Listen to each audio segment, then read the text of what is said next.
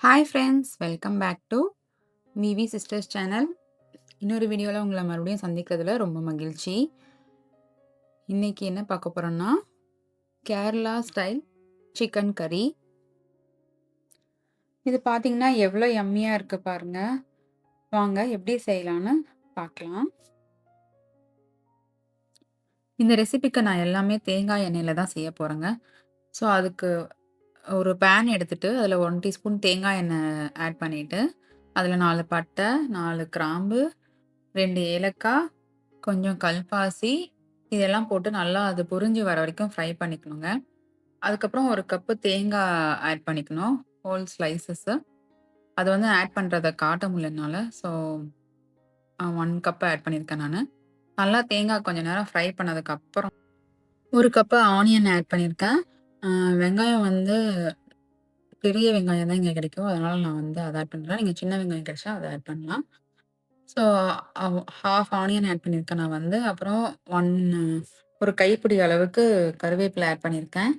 இது 2யும் சேர்த்து நல்லா ஃப்ரை பண்ணிக்கணும். இந்த மசாலா நல்லா நம்ம ரெடி பண்ணிட்டு, அத அரைச்சுட்டு நம்ம செய்ய போறோம். ஸோ, அதனால ஆனியன், தேங்காய்லாம் பெருசு பெருசா இருந்தா ஒண்ணும் ப்ராப்ளம் இல்ல. இந்த மாரி நல்லா அ வதக்கி விட்டுக்கோங்க அத. இப்போ ஆனியன் நல்லா வதங்குனதுக்கப்புறம், நான் மஞ்சத்தூள் 1/2 டீஸ்பூன் ஆட் பண்ணியிருக்கேன். அண்ட் மிளகாத்தூள் வந்து 1 டீஸ்பூன் ஆட் பண்றேன். அண்டு கொத்தமல்லி பவுடர் வந்து ஒரு 2 டீஸ்பூன் ஆட் பண்றேன். இது எல்லாத்தையும் சேர்ந்து நல்லா கலந்து விட்டுருங்க. இது கலந்ததுக்கப்புறம் நல்லா அந்த ஸ்மெல்லு போற வரைக்கும் கொஞ்சம் வதக்கி விட்டுட்டு, அப்புறம் அடுப்ப ஆஃப் பண்ணி, இத தனியா ஒரு பவுல்ல மாத்திடலாம். மாத்தி ஆற விடணும். நல்லா அந்த மசாலா வந்து சூடு ஆறுனதுக்கப்புறம், நம்ம அத வந்து ஒரு மிக்ஸி ஜார்ல ட்ரான்ஸ்ஃபர் பண்ணி அரைச்சு எடுத்துக்கலாங்க. தண்ணி விட்டு அரைச்சுக்கலாம் நீங்க. உங்களுக்கு எவ்வளோ அது அரையறதுக்கு தண்ணி வேணுமோ, அந்த அளவுக்கு தண்ணி ஆட் பண்ணி அரைச்சுக்கலாம்.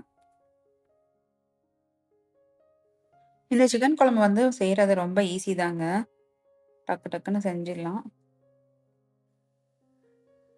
ஸோ சிக்கன் குழம்புக்கு வேண்டிய மசாலா வந்து அரைச்சு ரெடி பண்ணி வச்சாச்சுங்க. இப்ப வந்து குழம்பு செய்றதுக்கு ஒரு பெரிய பேன் எடுத்திருக்கேன். இதுல வந்து 2 டேபிள் ஸ்பூன் அளவுக்கு தேங்காய் எண்ணெய் ஆட் பண்ணியிருக்கேன். இதுக்கு மெயினா தேங்காய் எண்ணெய் தாங்க முக்கியம்.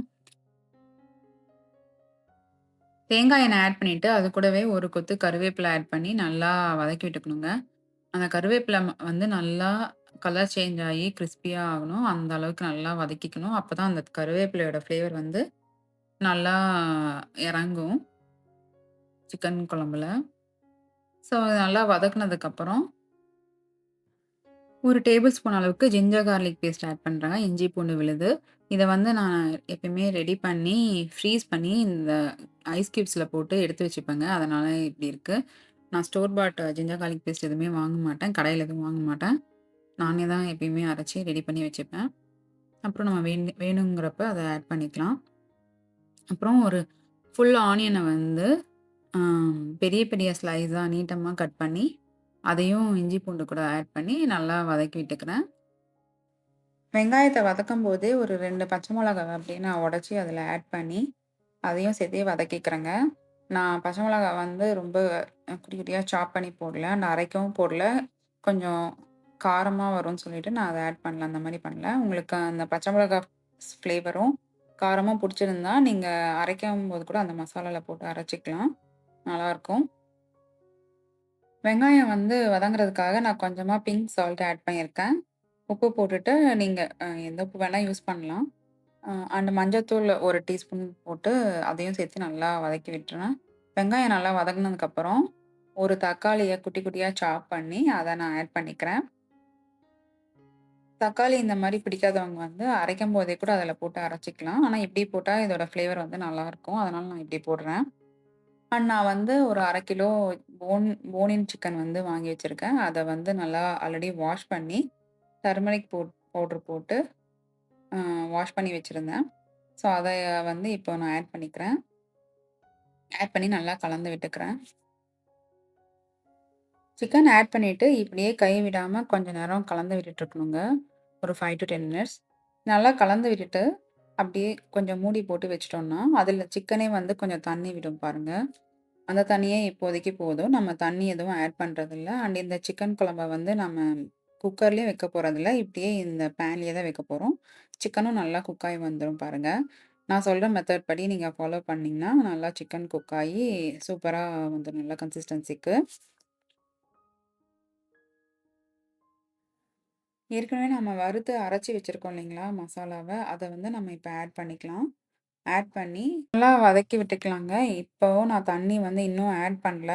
அந்த சிக்கன்லேருந்து வந்த தண்ணியே தான். அதுக்கப்புறம் நான் இந்த மசாலாவ அரைச்சு ஆட் பண்ணியிருக்கேன். அவ்வளோதாங்க.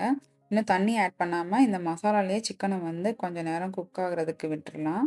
அப்போ இந்த மசாலாவோட ஃப்ளேவர் எல்லாமே நல்லா சிக்கன்ல இறங்கி, ஆ ஈஸியா குக் ஆகும் நல்லா. இப்போ சிக்கன் இந்த அளவுக்கு குக் ஆனதுக்கப்புறம், நான் ஒரு 2 கிளாஸ் தண்ணி வந்து ஆட் பண்றேங்க. ஆட் பண்ணி நல்லா கொதிக்க விட்டு, கொதிக்கும்போது அத லிட் வச்சு கவர் பண்ணிடலாம். கொதிக்கிற டைம்லேருந்து ஒரு 20 மினிட்ஸ் டைமர் செட் பண்ணிக்கோங்க. 20 மினிட்ஸ்ல இந்த சிக்கன் வந்து ரெடி ஆயிடும், குக் ஆயிடும்.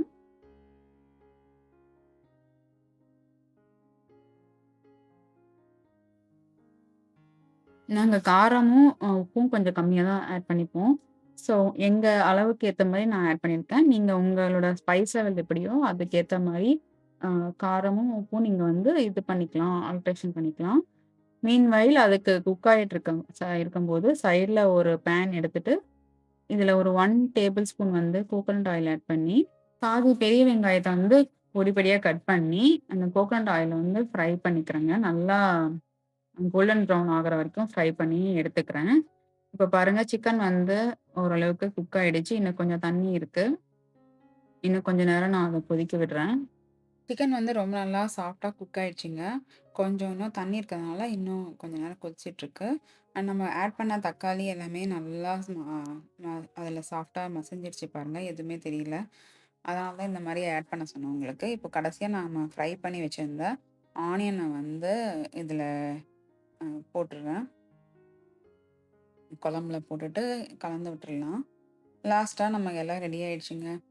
இன்னும் 2 கொதி வந்தோனே இறக்க வேண்டியது தான். அண்ட் லாஸ்ட் அண்ட் ஃபைனல் ஸ்டெப்பா நான் வந்து கொத்தமல்லி தழை வந்து குட்டி குட்டியா சாப் பண்ணி வச்சிருக்கேன். அத வந்து ஆட் பண்ணி இறக்கிக்கிறேன்.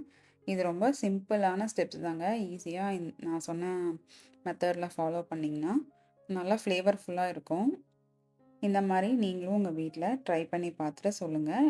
இது வந்து ரைஸுக்கு, இட்லி, தோசை, பரோட்டாக்கு எல்லாத்துக்குமே நல்லாயிருக்கும்.